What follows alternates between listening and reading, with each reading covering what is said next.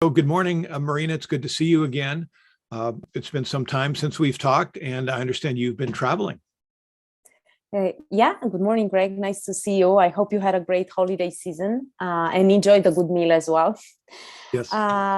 Yes, I had been traveling. I'm actually right now in Spain, as you could see the flag with a Spanish flag and the typical ox there. So I'm still here enjoying the beautiful weather we have. We're 14 degrees plus with sun and enjoying the great food. I rediscover being back in Europe. Great, great. So we've been talking about different topics, and you've mentioned in a past podcast how different the food is from place to place, in Romania, Spain, Canada. But we've also talked about different health conditions. I talk a lot about insulin resistance and weight loss and metabolic syndrome. We've been discussing a little bit in the past on thyroid. And at my Christmas dinner at the table where I was sitting, two or three of the women were suffering from various thyroid problems and were on medication for that. And so it's a pervasive challenge for women around the world or around the Western Europe and America. I'm not sure, but maybe you could tell us a little bit about your story and when did you first discover it? Yeah, absolutely. Thanks so much for bringing that out. Yeah, that's a health condition that I always have to deal with since I was actually 16. And in my case, it was genetic because my dad is suffering from that, my sister as well, and myself. And how I discovered was that my period was very regular, and then my mom was always concerned and always being on top with the doctors and take some blood tests for us. So one day she said, well, I think it's good to just check because there are a lot of people out there who might suffer from this, but they have no clue because it's a disease that you don't have a lot of symptoms, or you do, but you don't know how to recognize them because they're not very like a cold or when you have fever, right? So we went and indeed I was diagnosed with actually thyroid. And what type of thyroid I discovered was through the symptoms I had, like very dry skin, always cold feet. I also tested not only my blood test, but also I did some antibodies. And that's how I discovered that I have Hashimoto, which is apparently it's 90% of people, especially women, are suffering from this. 90% of the people with thyroid problems, it's the kind of Hashimoto, yeah. And what percentage of the population is thyroid, do you think? 5%, 10%, 1%? Maybe, I don't know. Okay. I have no clue, but I would like to say maybe 10%. Okay. There's so many people out there and other friends that I had been discussing with, and they were telling me, oh, I feel like this. I'm always cold. My skin is I'm always like, I try to eat healthy, but it's so easy for me to put weight. So I said to them, hey, listen, you might want to check it. It's very easy. You can just take a blood test and then you'll go from there. So again, they might know or not know, but it's out there and it's very present. Sometimes it can be developed due to stress. Most of them, it's developed because of genetic factors. And in my case was like this is how I discover, and since then, since I was 16, I start controlling with a pill that I'm taking every morning, and since now, and I'm testing myself every 6 months. I always test myself in winter and summer because due to when it's heat, it's better for your it seems that your thyroid works better, and then my dose, it's always decreased by my doctor, and when it's a little bit cooler, then I always increase my doses. So I always test myself twice a year. So it's not the sunlight or vitamin D levels, it's more just the temperature? It's temperature combined with vitamin D, and that's something that I will touch upon later, how important vitamin D is, especially for people with thyroid. And I'm here I used to live in Spain and I didn't have to take vitamin D because we had a lot of sun. But now back in Canada, in Vancouver, where it rains a lot, I do take my vitamin D, not only in winter, but also in summer. And even if it's sunny in a winter day, my doctor always says you have to take it because the sun that you receive during winter, it's not the same, and it does not have the same effects or power as the sun you received in summer. Right. Now, you've taken some nutrients or supplements. How did you change your diet after you found out about this? Or is that relevant for thyroid? Yeah, I'm not taking any supplements. I'm not a fan of these, but I do take my medicine that my doctor always advised me, that it's especially for thyroid. People who are out there, I'm sure they know about it. But yes, I start being more conscious about my diet, because it's true. It's also true that when you're 14, 16, your diet changes, your hormones are up and down, you lose weight, you gain weight. But I realized that I also had the tendency to retain a lot of water, even if I don't eat salty, and even if I drink plenty of water. Back at that time, you're in high school and all the people are like, oh, she's a little bit more chubbier, and, you want to fit in the society, right? So I actually start not with my 16, because I wasn't kind of aware or mature at the time, but when I went to faculty, to university, I actually start looking more for sweets. So I reduced my sweets, because I used to actually, believe it or not, now I don't like sweets, but I used to eat quite a bit sweets, a lot of bread, eating at later hours. So this is how I started. I started a little bit gentle, taking out these things, drinking way more water, being more conscious about it. And up to now, yeah, that's a good point. And up to now, it's true that I've been more conscious with sports as well. And now my diet completely changed. I don't eat sweets in general, unless it's dark chocolate, but just 1 or 2 pieces per day, and not even every day. I tend not to eat after 7 p.m., which here in Spain, it's very difficult because they eat at 10. But again, right, the food is so healthy and so good that you actually don't feel it. I tend to eat, if I eat bread, but just here in Spain, I take advantage of this good bread just in the morning. And I tend not to eat carbs such as rice, pasta. The first thing is because I don't like it. And secondly, it's because I try for lunch and dinner not to have this with my meals. And then I don't drink alcohol. Of course, I have from now and then a sip of wine or something, especially during holiday, but I won't go to a pub to have drink after drink, which makes sense, because I realize that when you drink, I don't know about other people out there, but I tend to eat more.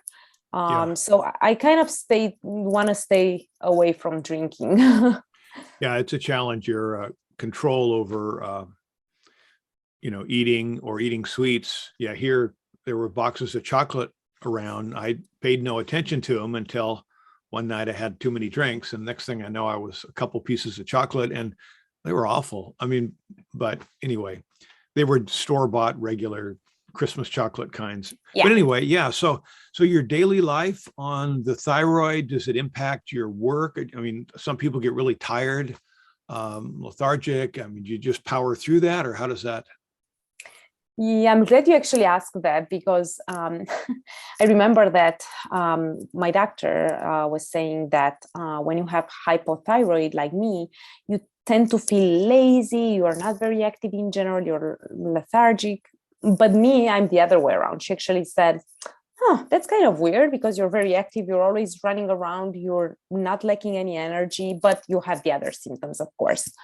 So not in this way, but yes, it impacts me a bit in the social life, I have to say, especially here in Spain, because of course it was the holiday season, and my sister and her boyfriend were like, oh, let's go for a caña, which is a small beer, and I always kind of felt like, I don't want to, I want to go, but I don't want to have that. But then they don't understand, or the concept here at the bar to go and just ask for a Schweppes or a plain water, they look like you weirdly. Yeah. And they always bring the small tapas, and I try to not eat too much, because, I want to keep my balance, because I know that unfortunately my metabolism is way slower than the other ones. That's another effect of the thyroid, the hypothyroid. And it had been a challenge, to be honest. But it's also a balance, we did a lot of sports here because the weather is great. We run, we did hikes, we went for long walks. So you don't feel it so much. So it's a little bit of a balance, but of course it impacts me, and it impacts me also back in Canada because sometimes my friends want to have drinks and I'm the weird one who's not drinking. So yes, I have to maintain a balance, and I have to also maintain a balance between my diet and when I go out, and make sure that what I eat, at least it's the healthiest that it can be, especially back in North America. But So if you're running a lot, I mean, you run regularly in Canada, aren't you burning off any of those excess calories? You say your metabolism's low, but that would be your resting metabolic rate. You still got to burn every calorie that you need to race up and down. I don't know how long you run per day, but that's a lot of calories you're burning. You have to get those from somewhere. Yes, of course. And I do. The only thing is that I remember going to a naturopath, and when there's a test that you can actually test your metabolic rate, and mine was really slow, especially during night. So yes, you do. But for example, just to put an example, if in the morning here in Spain, I would eat a toast with some ham and a coffee, I wouldn't, maybe another person, even if it's not running, and I don't want to put any example, but another person who has a normal metabolism would eat this bread and everything, but doesn't have to think, oh, I have to go for a run or something. But I do, because I'm like, also for me, sports is not, and I think I mentioned this in my podcast, it's actually a way of releasing stress, and it's something that I love. It's not that I'm doing it to lose weight. But of course, I always have to be conscious. Okay, I had this, so maybe I'll do 5 more minutes of cardio or stuff like that. Yeah. Meanwhile, another person doesn't have to think about it. It's pretty challenging to suffer from this. And honestly, I hope nobody will suffer from this, because you always have to watch the calories. And on one way, it's good because you have a healthier diet than a person who doesn't have to count every single day the calories. But on the other side, it's the stress of counting calorie, which sometimes my doctor said that it can produce amenorrhea from the hypothalamus, and this makes you lose the period. So, now, in the world of low carb and keto, where they're talking about reducing your carbs and increasing healthy fat in your diet, they generally argue against counting calories. They say eat till you're full, and the argument is without the carbs, you won't have this famished feeling that people get, a little while after eating heavy carbs. But you're saying you're trying to, or maybe it's just being careful, but the counting calorie stuff, they're a little reluctant on that, but maybe it's different of course, and everyone's different. So. Right. For me, it's, I'm not a believer of the keto. I think that everybody should eat a bit of everything. That's the reason I'm always having my bread, again, especially here in Spain, in the morning. Like, when I see a bread, I'm like, okay, I'll take that. I'll take the toast in the morning. So I'm trying, and I do eat healthy fats, because the olive oil here, the avocado, some nuts from time to time.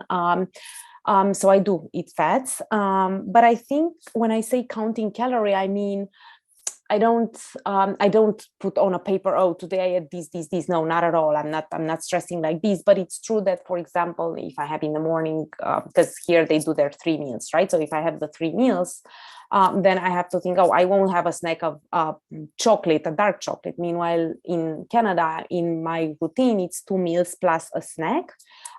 So then I don't, this I refer, but no, I'm not putting on my paper, because that would be really crazy. And back to one thing you mentioned, which it seems to me a core important issue, is how different our metabolisms are, our bodies are. So thyroid, Hashimoto's, people would say, well, these set conditions, and one is the fatigue, and you're saying that's not your case. So it's amazing how a prime, what you would think of description of this, is not your challenge at all. You're dealing with different things, which is why everyone needs to find their own path to dealing with whatever health issues or metabolic states they have. And, the nutritionists, some of the nutritionists would say that, gosh, that your diet is part of dealing with the thyroid, and maybe it is in the sense that you're choosing certain foods and not others. I mean, is there the chance that you'll find some magic food 6 months from now that improves things? Or is it always going to be the medication that is the key thing in providing treatment? I wish, it's good that you asked me because when I went to a naturopath, she was mentioning that we can actually, on a long term, get rid of that medicine through some foods.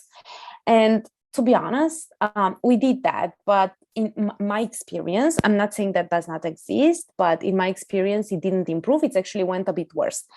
It was just an experience with one person. Everybody has its own thing. But to be honest,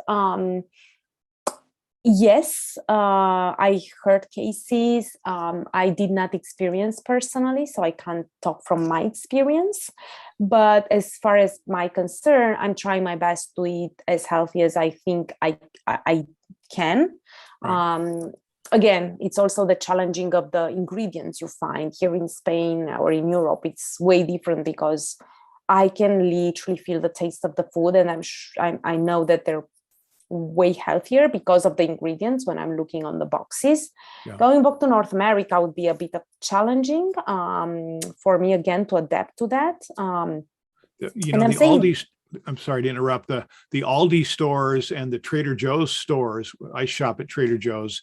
They're both owned by the same German giant food company, but a lot of their food, maybe a lot of their food is international. You buy the pasta and it's made in France, and it's a 3 cheese spinach pasta, and I guess it's frozen there and sent over. So I don't know what extent, how to measure what percentage of the food. I mean, the shrimp comes from Argentina, so it's very international, but the bread is obviously made locally. Yeah, I think it's also the process of transporting, right? Because here in Spain, for example, they have a lot of seafood. It's everything local. Meanwhile, yes, they bring the shrimps from Argentina, but for them to transport that, it takes a while. It takes some refrigerator, and then therefore they might need to pump some things into the food so that it stays. The processing is interesting, but the counter argument that Joe Colomb mentions in the history of Trader Joe's is when you catch a fish and freeze it immediately, like within an hour after you catch it, the fresh fish is in the boat for 6 hours till they get back to shore, and then another 8 hours it's cooled but not frozen. Right. So and then it's sitting in the store, so right. Hamburger meat that's quick frozen, or fruit, the frozen fruit is frozen right as it's picked and tends to be more nutrient dense. Now, it's more nutrient dense if you walk outside and pick it, but if it has to come from California, they generally say eat fruit in season, but the frozen stuff, it tends to be more nutrient dense. At least that's my understanding. It's worth researching. Right.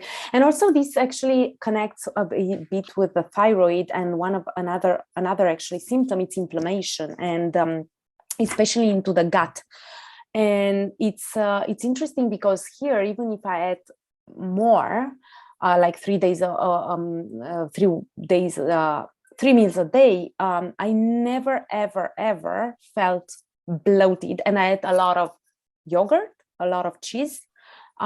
It's true that milk, no, because I took the oat milk here as well because I found it, but then nothing. And when I go back to North America, I know that instantly if I eat some yogurt or something, I will feel really bad. So inflammation, it's another thing that actually it's one of the symptoms of thyroid, and it's related to your gut and how your microbe works in your stomach, because your metabolism and digestion, it's a little bit slower, then you tend to be more affected by inflammation, and it happens into these parts of the world, different parts of the world. It's interesting. Dairy is different in different parts. I've been drinking A2 milk, which is, the milk in the cows in Northern Europe versus Southern, and the cows different areas. And of course, yogurt is a challenge because they often stuff so much sugar in it. You have to find the plain yogurt. But yeah, so many challenges. Okay, so what did you learn as you experience these things, but also you talked to your endocrinologist and you did research? What are some of the more relevant things about this that you learned? Yeah. So one of them, it's actually iodine and vitamin D. Apparently, I love fish, but sometimes I'm just craving fish. I'm like, okay, that's not quite normal or not. So When I talked to my doctor, to my endocrinologist, she said, oh, yes, it's very normal for people who are suffering from thyroid, because people who are suffering from this disease, they're actually lacking a lot of vitamin D and iodine. Iodine you can find in nuts, and vitamin D you can find in fish, mussels, oysters, all those seafood. So that's the reason you're actually craving, because you're lacking those vitamins. Therefore, the diet she was always recommended for me, not to lose weight, for my thyroid, was full of packed with fish and packed with sardines and packed with nuts of small quantities, right? The plain nut, not the cashew or anything, like the walnut, 2 per day. So that's two walnuts per day? To half of the walnuts per day. I mean, one nut, a whole walnut per day. Okay. I guess that, yeah. I mean, I think of the walnut as a little teeny nut, but yeah, well, or maybe it's a bigger thing. Yeah, like the bigger one. Yeah, gotcha. Yeah. Okay. Because people who are suffering from this are lacking those nutrients. So that's Right. one thing I learned. And the second one was actually the vitamin D. It's true that people who are suffering from thyroid, especially Hashimoto, are lacking a lot of vitamin D. Therefore, it's also very important to have the fish, the seafood. So I strongly recommend people who are out there, and if you don't have any allergy to that, go for it, especially mussels. And mussels are very good for iron, which is another symptom, lacking iron for a woman, especially who are suffering from thyroid. And then sardines, if you want a lot of vitamin D. And then the last thing I learned. I took a can of sardines with me on my last trip. So that's great. That's great. Just a little teeny. Yeah, it was great. They're so good. And then another thing I learned was what I mentioned before with all those medicine, that if you have some problem with the thyroid, please don't try to look further, not just take the pills and think that if it's everything okay, it's actually okay, because it's not. It's a fake something that it's provoked fakely. So I recommend a woman to research more, to look for other doctors, to also go to an endocrinologist. It's very, very important to do that, because they approach on the other thing from another perspective, and they see other things that you don't. And then the explanation that I said about the amenorrhea that you can provoke from your hypothalamus, because you don't eat the good diet, because you're lacking lots of carbs, and you train too much, but like to an extent that you're a half marathon, or you know, like a heavy training, then this might affect you. And actually you can, even if you don't suffering from thyroid, due to those factors and stress, you can actually provoke thyroid, because the hormones are very sensitive. So you mentioned seeing an endocrinologist or maybe a different doctor. One of the amazing things about the podcasts and the videos now is that you can, you know, if you went to a new doctor, they might give you their 10-minute pitch on how they see, they'd look at you, but they'd also give you your general theory. Well, now you can go online and you hear, you know, OBGYNs, people dealing with thyroid, you hear them talk about it in depth, and you can listen to a dozen people who are medical researchers, PhD doctors, people with huge experience. You told me you would listen to the interview with the Jamie Seaman, I think, who's OBGYN. And I think the discussion was on thyroid, but correct. Tell me a little bit about that, and we can link to it in the.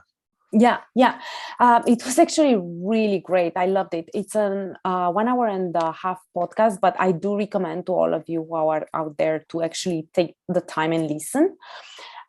She touches everything related to thyroid. She explains about insulin resistance, why do you have those problems, why insulin resistant appears, and it's not so medical, it's not such a medical or technical point of view. You can actually understand if you did your research and you know a little bit more about this matter. And one of the things she mentioned was what I just said right now about the women who are actually suffering from irregular periods. They think that's related to a gynecologist, but then they don't test themselves for thyroid. And actually, one of the reasons can be a thyroid that does not work properly. And then they go to the doctor, they take their pills, they think that everything is okay, but it's not, because they don't solve the problem of the thyroid, of the hormones. They don't take the certain pills for the thyroid especially. So that's something that really caught my attention, because it was something that I dealt with, and I saw myself into that. And another thing really important that she's actually mentioning about the diet, about how you can adjust your hormones and actually on a long term get rid of the thyroid through a really good diet. They're not talking about so much about taking out meat or anything or extreme diets, but just having that present in mind, that the diet, good nutrients are helping you. That's something that you can actually achieve on a long term. So that's something that really caught my attention. I was really interested to see from their perspective, to see how they put and how do they explain. And that's the beauty of this podcast. They explain to you so that you can understand the whole process of it.